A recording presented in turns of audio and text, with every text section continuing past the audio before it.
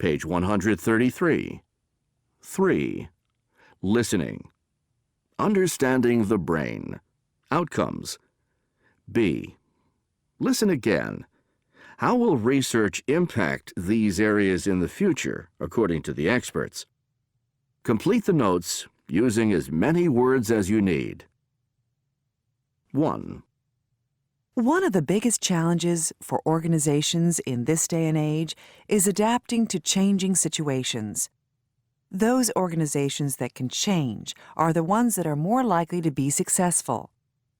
So what does this have to do with brain research? Well, people tend not to like change. They tend not to be good at it.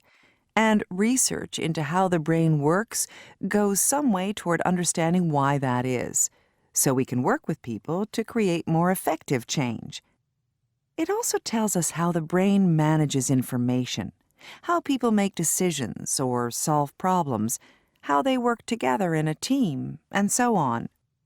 And if we can understand these kinds of things, then we can begin to understand how to manage people and choose the best people to run organizations.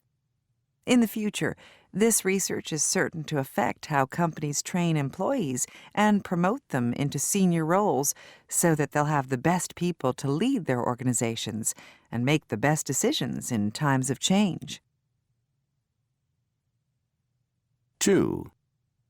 One of the exciting areas in brain research is understanding how changes in the circuitry of the brain affect hunger and eating.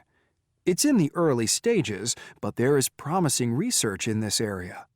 And the impact it could have in the future is extremely exciting, because we are beginning to understand more fully what factors prompt obesity and eating disorders, which of course is of great importance if we are to treat these problems more effectively than we currently do. We are also coming closer to an understanding of how certain foods affect the brain. Of course, a lot has been done in this area already.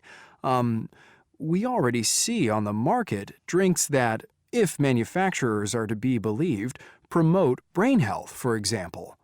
But maybe one day we will discover more about which foods affect different parts of the brain, so that we could create diets that help people to deal with their eating problems. And know which foods help with learning skills. For example, what foods a musician or a gymnast needs. The potential is huge. 3. One of the interesting things is that as we understand more about how the brain develops, we can get a deeper understanding of how we acquire new knowledge and skills throughout life. So we can start to understand, perhaps, if there are optimal ages at which it's best to learn a specific skill. So it has often been claimed that the younger you are, the easier it is to learn a new language. The same may also be true of other subjects, such as mathematics, say. But is it really true? Does the evidence back this up? Researchers are starting to look at these exciting questions, and the implications for educational policy are sure to be significant. In the future, we may be able to design programs for learning that teach subjects at the time in development when the brain is most receptive to learning. 4. We already know so much about the brain, and the work that neuroscientists have already done needs to be recognized. But recent developments have been especially exciting. We are beginning to understand how addiction has a great deal to do with how the brain is wired, and that it is in fact a brain disorder. And as we understand more about addictions, what it is that makes the brain become addictive in its behavior, then we can begin to treat the millions of addicts there are. And of course, it's not just drugs that people are addicted to, but shopping, gambling, eating, so many different things. And I mean really effectively treat them to overcome their addictions.